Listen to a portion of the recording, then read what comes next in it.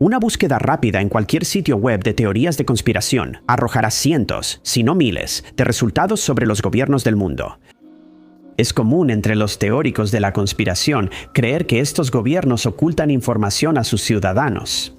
Aunque la mayoría de estas afirmaciones suelen ser falsas, a veces se prueban y la verdad sale a la luz. Número 10.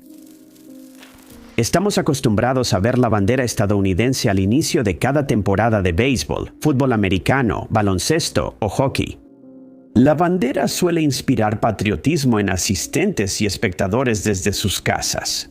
En 2015, se descubrió que este gesto no era tan puro como pensábamos.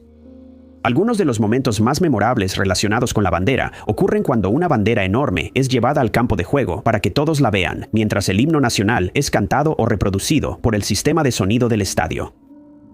Esto pasa tan seguido hoy que ya las esperamos. Según los senadores Jeff Flake y John McCain, esto era lo que el Pentágono esperaba al pagar a franquicias deportivas por actos de patriotismo pagado. Por años, teóricos de la conspiración han sugerido que estos y otros gestos eran menos auténticos de lo que aparentaban. Y gracias a las revelaciones que han hecho estos dos senadores, ahora sabemos que tenían razón. Podría pensarse que esto buscaba inculcar patriotismo en los estadounidenses.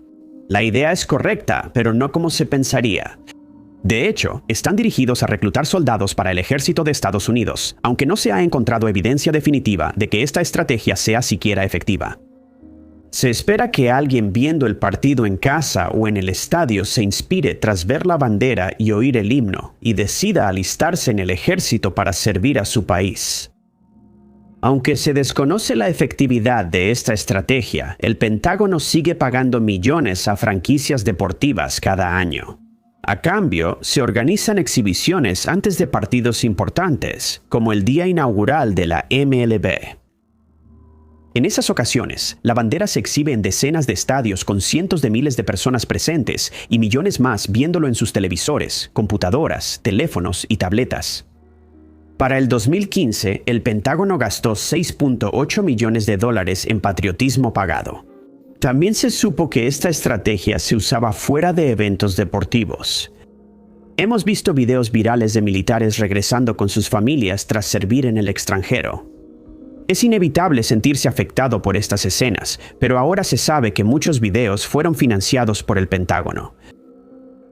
Buscaban inspirar patriotismo y motivar al espectador a enlistarse en el ejército.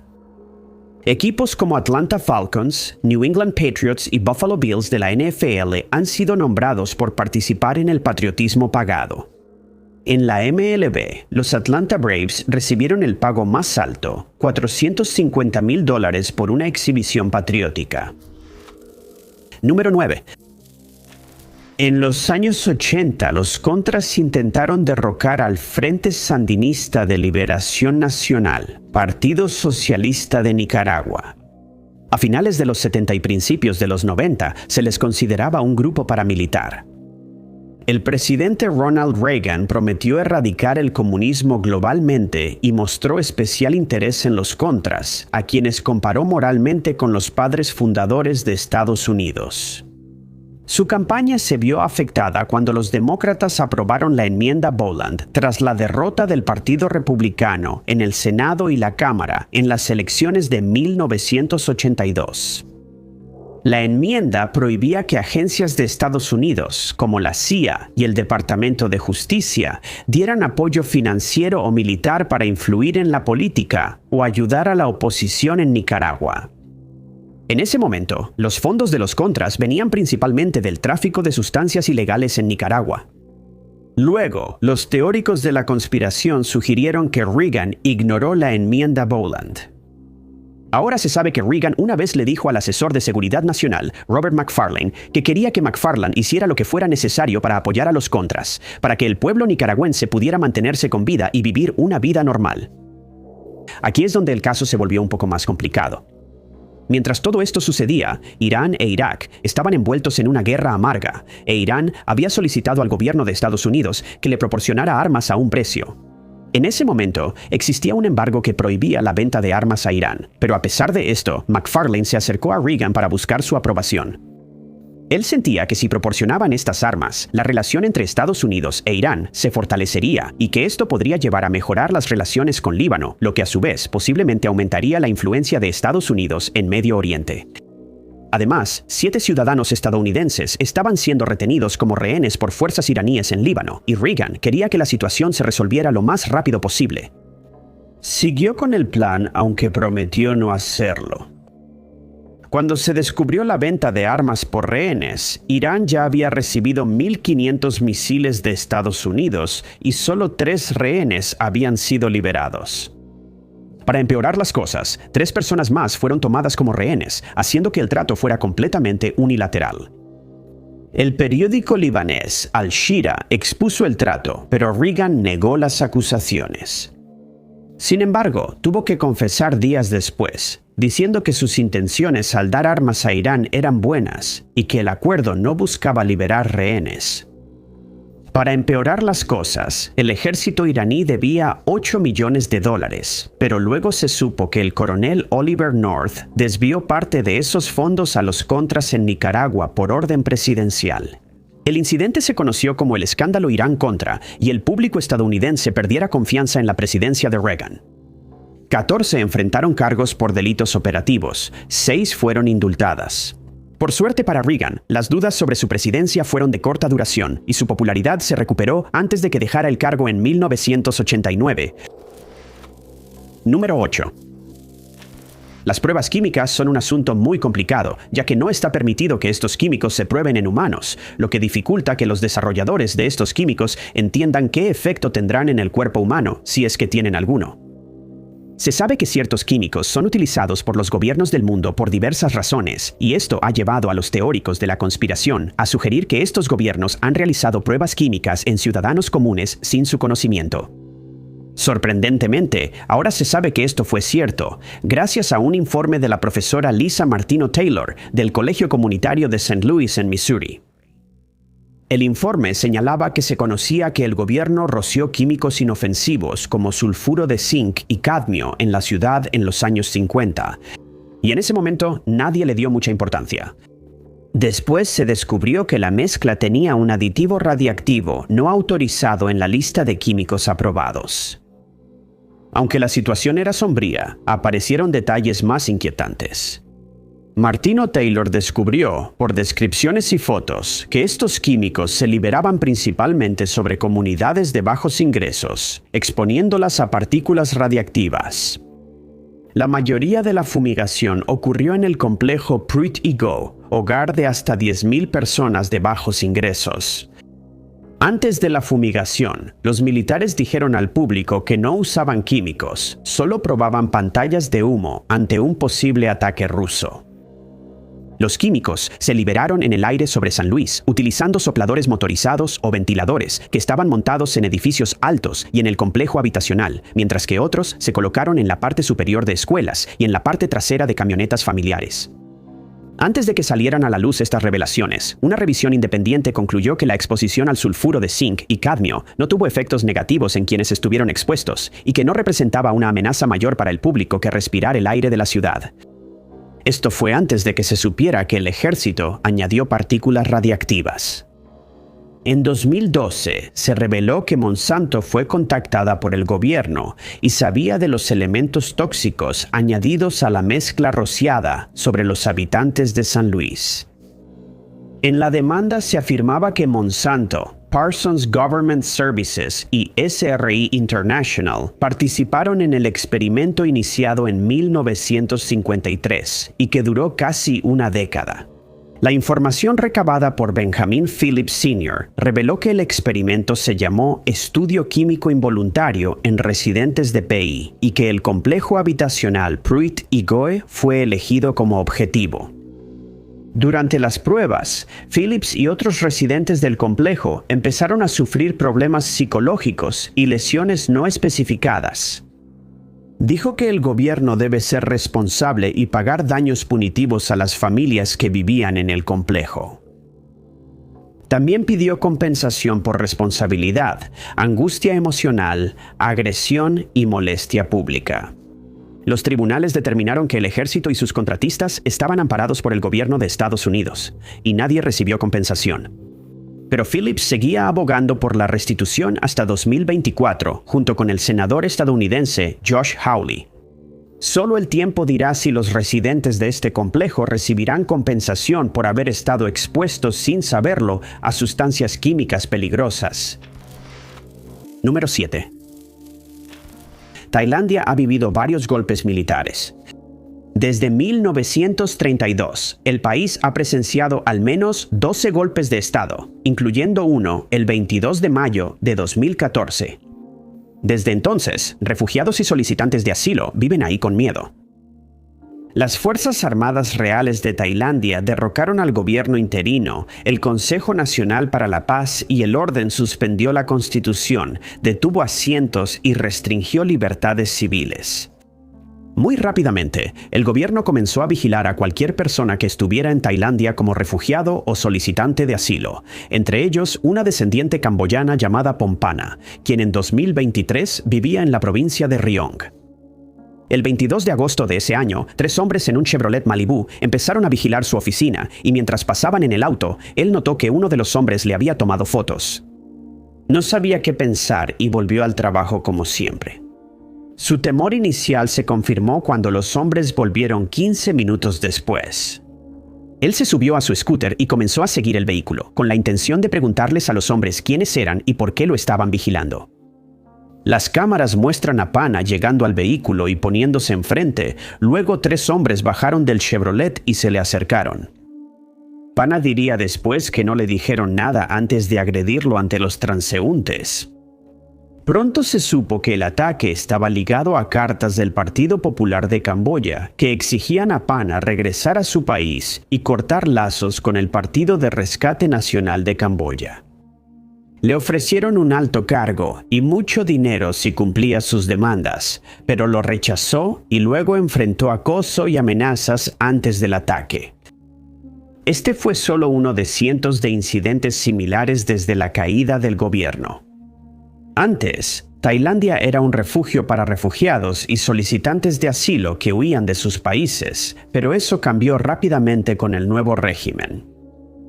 Al empezar a desaparecer personas sin explicación, surgió la teoría de que los refugiados estaban siendo secuestrados y desaparecidos intencionalmente en Tailandia, además del acoso y violencia que sufrían.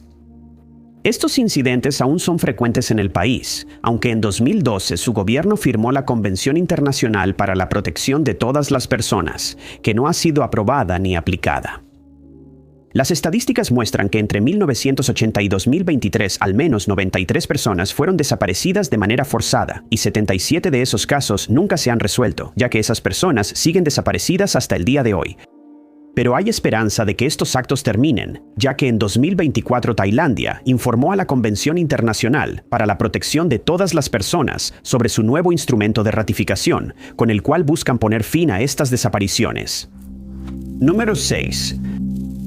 La pandemia de COVID-19 que sumió al mundo en el caos a finales de 2019 sigue siendo un tema de debate. Años después, personas de todo el mundo debaten los efectos de la vacuna, la posibilidad de otro brote y quién es responsable de la propagación inicial del virus. El primer caso del virus se identificó el 1 de diciembre de 2019 en Wuhan, China. Se sugirió que contrajo el virus al visitar el mercado mayorista de mariscos de Hunan, pero afirmó no haber estado ahí recientemente. Sin embargo, muchas personas creían que este mercado era la fuente del brote que siguió, y que la comida que se vendía ahí debía evitarse a toda costa, y que los ciudadanos de la ciudad debían mantenerse alejados del mercado por completo. Pronto surgieron más teorías de conspiración en China y el mundo, pues la gente empezó a cuestionar el origen real del brote y quién era responsable del confinamiento. Se sugirió que los murciélagos podían servir como el reservorio perfecto para el virus, y por un corto tiempo se creyó que ellos eran responsables de la propagación del virus. Estas afirmaciones solo ganaron fuerza gracias a un video en línea que rápidamente se volvió viral. mostraba a un bloguero chino comiendo sopa de murciélago en Micronesia, lo que hizo creer que ese platillo era más común de lo que realmente es. Se sugirió que los murciélagos se comen regularmente en China, pero estas afirmaciones fueron desmentidas. Aún así, muchos teóricos creían que estos animales eran los culpables del brote. Al saberse que los murciélagos no eran un alimento común, la teoría cambió y se sugirió que el virus pasó de murciélagos a otros animales como civetas, perros y pangolines. Ellos creen que el virus fue transmitido de estos animales a los humanos y que, a partir de ahí, la propagación era inevitable. Las pruebas en el mercado de mariscos hallaron rastros del virus en animales vivos vendidos ahí. El gobierno chino sugirió que el virus llegó de otro país en alimentos congelados importados, pero esa idea fue descartada rápidamente. Algunas teorías radicales sugerían que el virus tenía propiedades de arma biológica o que se originó en la base militar de Fort Detrick en Maryland. La teoría más común era que el virus se creó y filtró de un laboratorio en Wuhan, donde un empleado se expuso accidentalmente al manipular muestras. La OMS afirmó que esto era poco probable, pero después se reveló que era la explicación más plausible, pese a la insistencia del gobierno chino de que el laboratorio no era responsable. En enero de 2025, la CIA completó una evaluación del brote y reportó que era mucho más probable que el brote comenzara en el laboratorio en lugar de originarse en animales salvajes. Aunque esta teoría no ha sido probada de manera definitiva, la mayoría de las personas está de acuerdo en que ofrece la explicación más probable para el brote y el estado de caos que enfrentó el mundo en los meses siguientes. Número 5. El periodista Duncan Campbell fue invitado por la BBC de Escocia a crear una serie documental de 6 episodios sobre secretos ocultos por el gobierno británico. Nunca se habría imaginado que sería sometido a órdenes de silencio que le prohibirían revelar sus hallazgos. En 1986, Duncan comenzó a filmar en la base de la Real Fuerza Aérea de Menwith Hill, North Yorkshire, para el documental Sociedad Secreta. Cuando la sede de comunicaciones del gobierno supo de la filmación y que Campbell había interrogado a Ronald Mason, asesor científico jefe del Ministerio de Defensa, sobre el programa secreto de satélites Zircon, se preocuparon. Campbell había descubierto que el satélite se usaría para la recopilación de inteligencia y que no había sido debidamente examinado por el gobierno, 2 hechos que él creía que harían un muy buen documental. Pero el gobierno presionó a la BBC y finalmente se decidió que la serie no sería transmitida. Aún así, Campbell buscó otras maneras de dar a conocer esta información. Al enterarse, el gobierno obtuvo una orden judicial que impidió la proyección. El 21 de enero siguiente, el gobierno supo que el documental se proyectaría en la Cámara de los Comunes por diputados, pero de nuevo logró impedirlo. Alan Prothero, el subdirector general de la BBC, contactó al director general de la BBC, Alastair Milne, diciendo que el episodio específico que incluía información sobre el satélite Zircon no debía ser mostrado, ya que creía que hacerlo causaría un problema de seguridad nacional, y el Ministerio de Defensa estuvo de acuerdo. Se decidió que Milne y algunos gobernadores seleccionados debían ver el documental para determinar cuánta información sensible contenía, después de lo cual se determinó que podría ser transmitido tan pronto como se hicieran algunos pequeños cambios. Se decidió no mostrar el episodio sobre el satélite Zircon, aunque varios gobernadores creían que no sería tan perjudicial como decía el gobierno. Se permitió que el documental fuera transmitido por la BBC durante la temporada festiva de 1986, pero Milne se aseguró de que el episodio de Zircon no fuera incluido.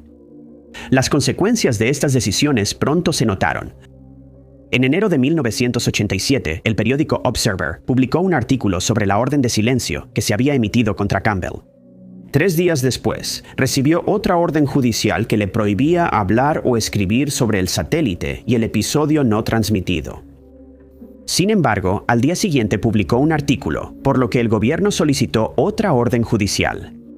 Se ordenó a la rama especial de la Policía Metropolitana identificar a los miembros de GCHQ entrevistados para el artículo y determinar si se violó la Ley de Secretos Oficiales. Lo que siguió fue una serie de redadas en las oficinas de la BBC, la casa de Campbell y las casas de los investigadores con los que trabajó durante la realización de la serie. Para el 29 de enero, organizaciones de libertades civiles ya tenían copias del episodio Zircon y hubo proyecciones públicas.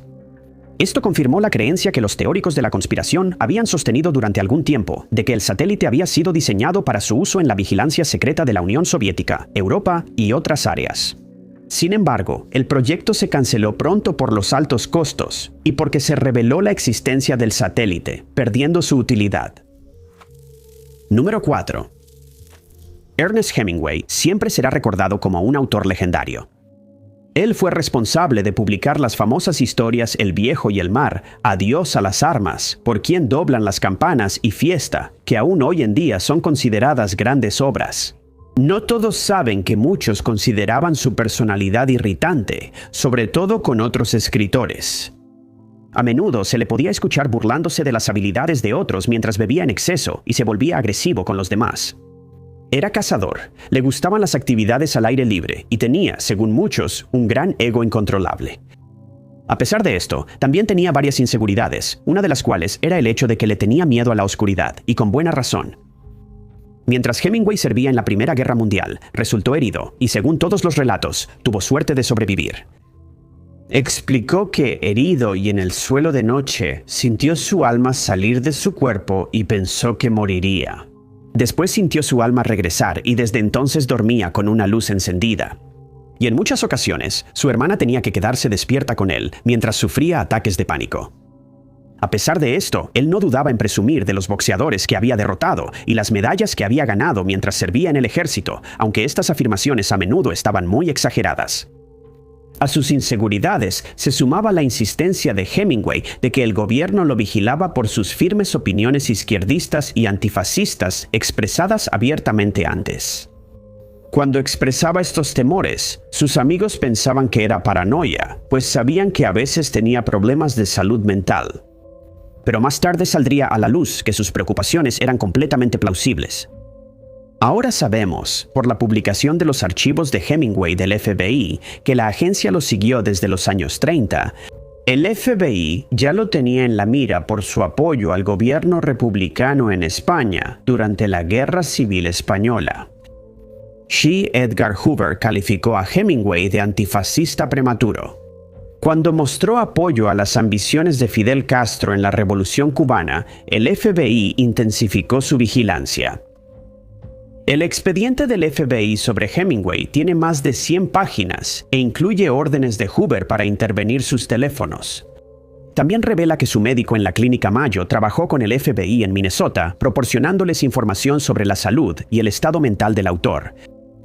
Además, el expediente contiene memorandos de agentes de campo que idearon formas de dañar la reputación de Hemingway ante el público, aunque se cree que ninguno de estos planes se llevó a cabo. El FBI lo seguía a donde quiera que iba.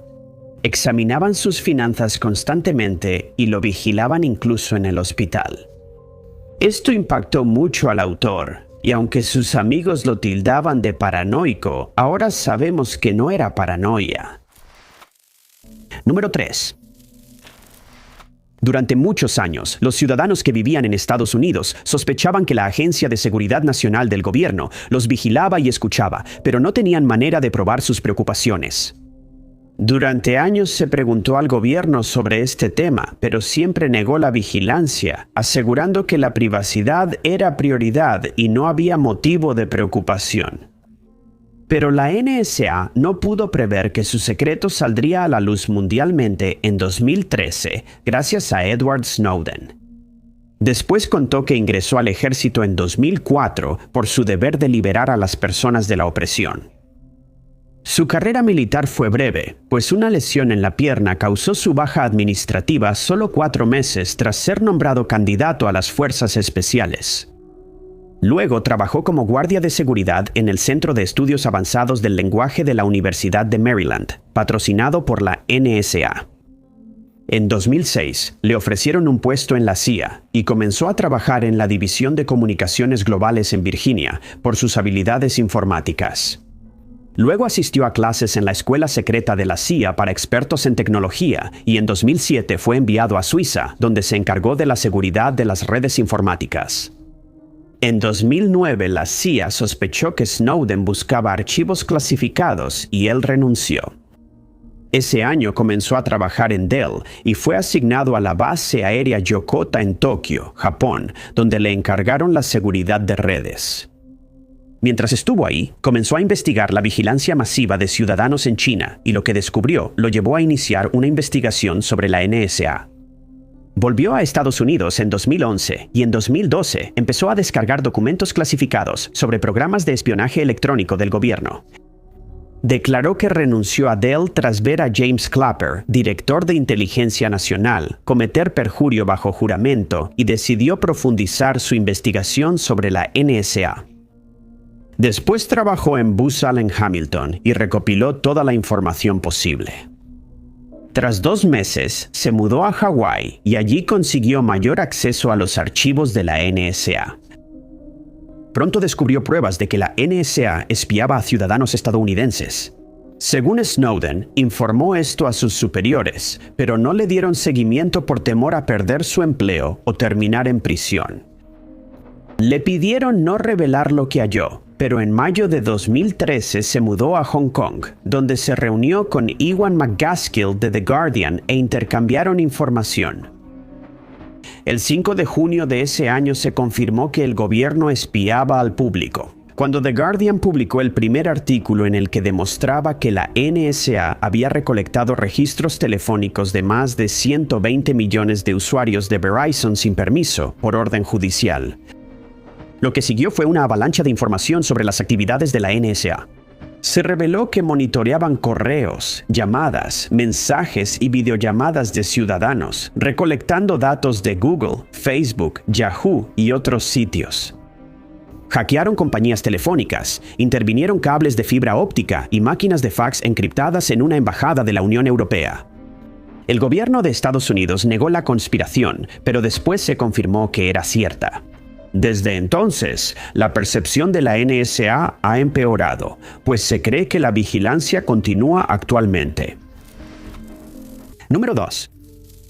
Durante la Guerra Fría, se sospechaba que el ejército de Estados Unidos estaba realizando pruebas químicas no solo en sus propios ciudadanos, sino que también había llevado a cabo operaciones similares en otros países, como su vecino del norte, Canadá. El gobierno negó estas afirmaciones y afirmó que, como en San Luis, las pruebas en Winnipeg solo buscaban evaluar la eficacia de una cortina de humo ante un posible ataque soviético. Describieron que los químicos utilizados eran solo una niebla química y que la operación era simplemente un estudio defensivo. Ahora se sabe que no fue así, gracias a documentos descubiertos por Lisa Martino Taylor, quien también escribió sobre el incidente de San Luis. Lo que ha causado aún más preocupación es el hecho de que también se les mintió a los gobiernos locales afectados y no tenían idea de que estas pruebas no eran inofensivas para los ciudadanos que estuvieron expuestos a estos químicos. Luego se supo por estos documentos que una mezcla química similar se usó en Winnipeg, Alberta y San Luis durante las pruebas y contenía carcinógenos que podían ser dañinos sin la supervisión adecuada. Los documentos muestran que se cargó sulfuro de zinc y cadmio en aviones militares de Estados Unidos, que sobrevolaron ciudades y liberaron la mezcla sobre ciudadanos desprevenidos. Sorprendentemente, estos experimentos se repitieron 11 años después en otras zonas, como Suffield y Medicine Hat en Alberta. El hallazgo de Martino Taylor sorprendió al público y generó demandas al gobierno. Los documentos mostraron que las pruebas se presentaron como biológicas y químicas ante los gobiernos locales. Pero en secreto, se les llamaba una combinación de químicos con componentes radiológicos con la esperanza de que resultaran en un arma combinada. Se añadió sulfuro de cadmio y zinc como marcador fluorescente para que el ejército rastreara la caída radiactiva por el viento si se usaba esta arma contra la Unión Soviética. Esto se hizo porque estas partículas eran invisibles, pero su pequeño tamaño las volvía más peligrosas al inhalarlas. Estos documentos también revelaron que en un momento dado, el gobierno sugirió agregar otros elementos a la mezcla. Incluía fósforo 32 radiactivo y VX, un agente nervioso usado por el ejército en asesinatos previos.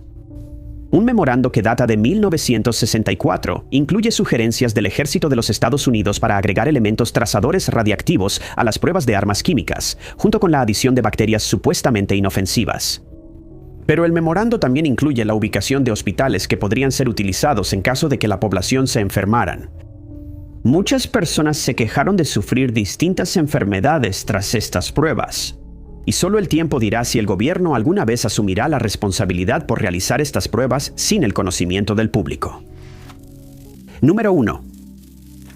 Normalmente uno no esperaría escuchar el nombre del Dalai Lama del Tíbet. Normalmente uno no esperaría escuchar el nombre del Dalai Lama del Tíbet mencionado junto con la CIA.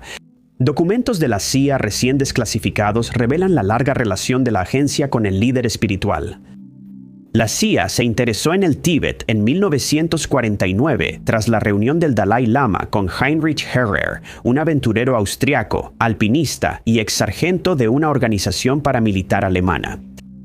Ambos se reunían semanalmente durante 6 meses. Y poco después, Herrer presentó al hermano del líder a funcionarios estadounidenses en la embajada en la India. Luego sugirió que el Dalai Lama saliera del Tíbet, pero antes tendría que repudiar el acuerdo de los 17 puntos para la liberación pacífica del Tíbet.